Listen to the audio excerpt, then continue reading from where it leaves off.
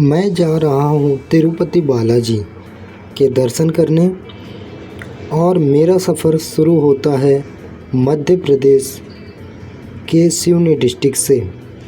मैं सिवनी से अपने मध्य प्रदेश से पहले महाराष्ट्र नागपुर पहुँचता हूँ बस से, फिर वहाँ से नागपुर से तिरुपति बालाजी के लिए ट्रेन पकड़ता हूँ।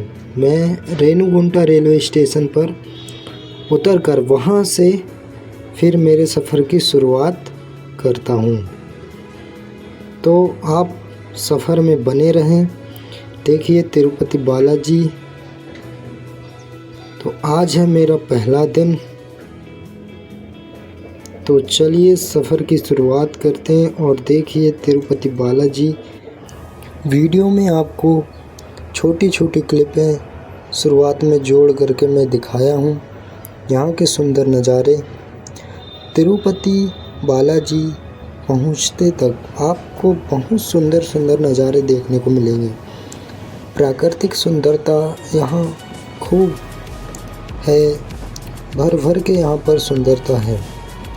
प्राकृतिक सुंदरता देखिए आप, हरे भरे घास के मैदान, राइस चावल की खेती होती है यहाँ पर। बारिश, मानसून, बरसात का मौसम है, हरियाली चारों ओर है। पहाड़, साउथ की ब्यूटी आपको देखने को मिलेगी। यहाँ की सुंदरता बहुत खूबसूरत है। साउथ इंडिया, देखिए यहाँ के नज़ारे और आप आनंद लीजिए। छोटे छोटे गांवों से होते हुए सफ़र हमारा आगे चल रहा है।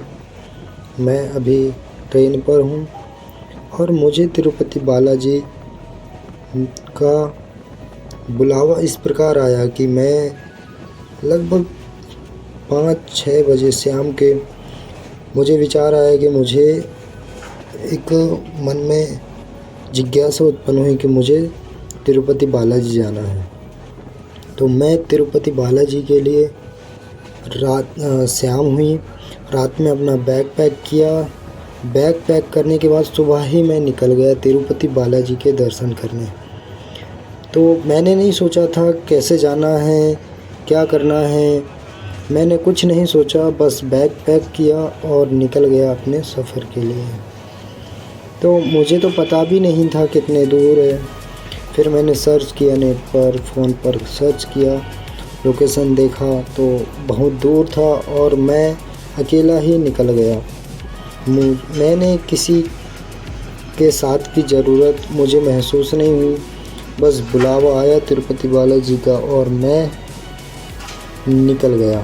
तो सुबह बैग पैक करके मैं निकल गया। अपने सिवनी डिस्ट्रिक्ट से मैंने बस पकड़ी और वहाँ से मैं आया नागपुर।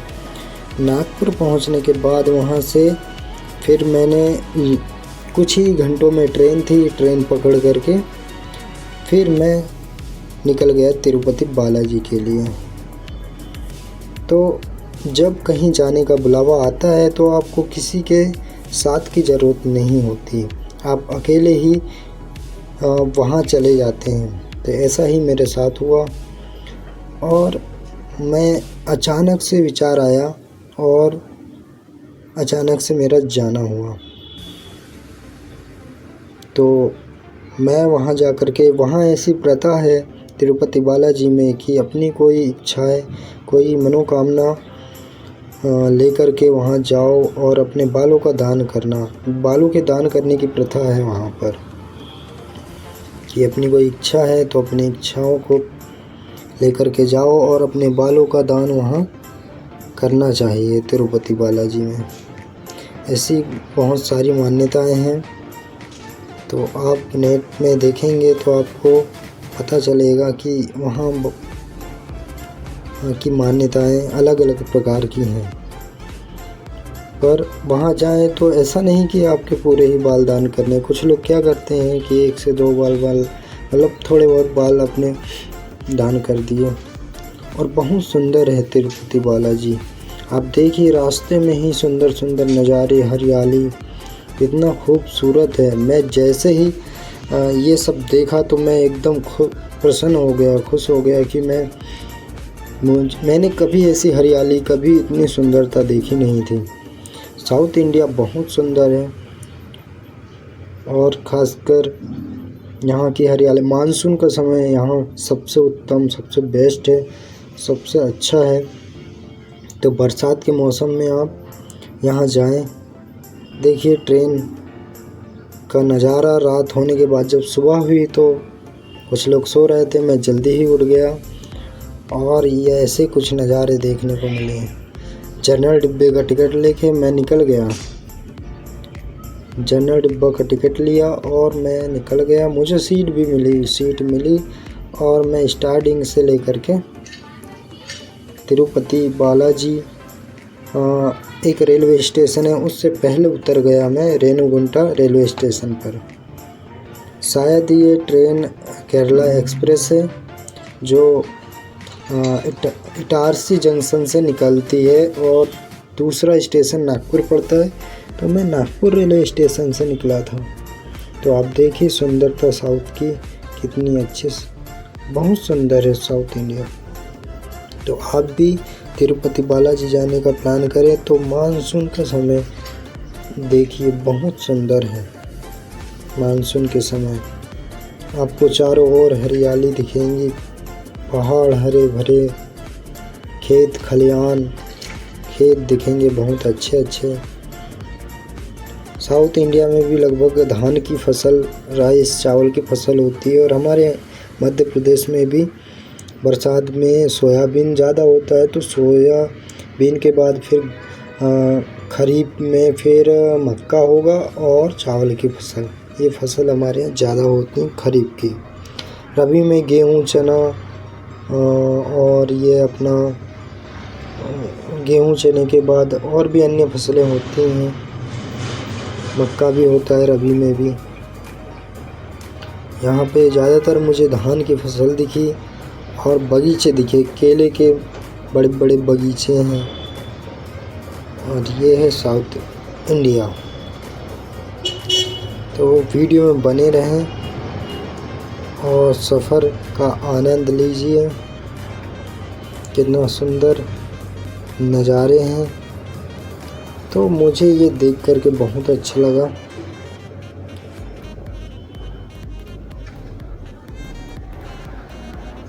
देखिए पहाड़, यहाँ की हरियाली देखिए कितना सुंदर है। तो ये है ट्रेन जहाँ पर मैं अभी बैठा हूँ और ये देखिए नज़ारे, छोटे छोटे घर कितने अच्छे। ये झुग्गियाँ कैंपिंग टेंट टाइप के लग रहे हैं, झुग्गी झोपड़ी। ये एक गांव होगा छोटा सा। देखिए पहाड़, हरियाली। ये शायद संतरे के बगीचे हैं क्या, केले के बगीचे, संतरे के बगीचे, आम के बगीचे, बागवानी कितना बढ़िया है। ये देखिए संतरे के हैं शायद ये पेड़।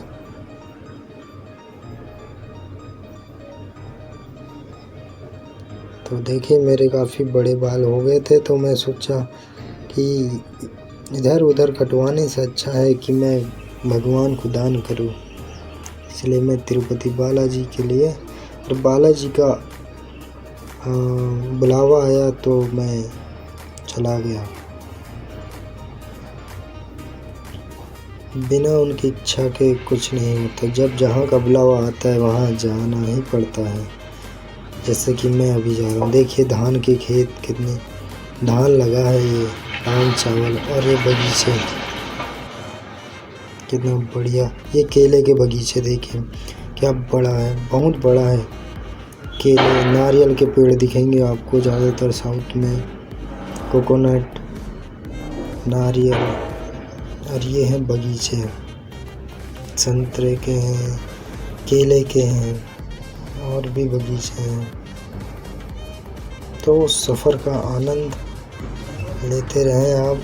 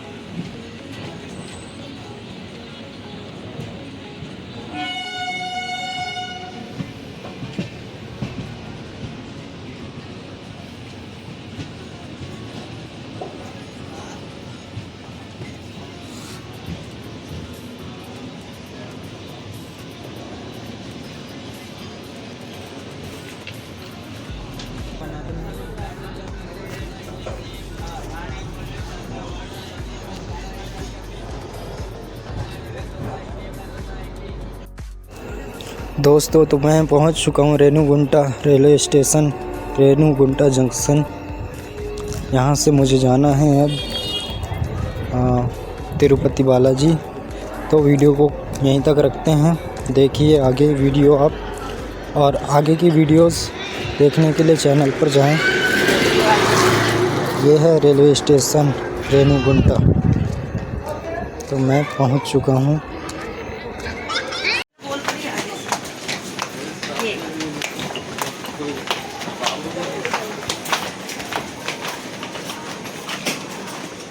पकड़ें?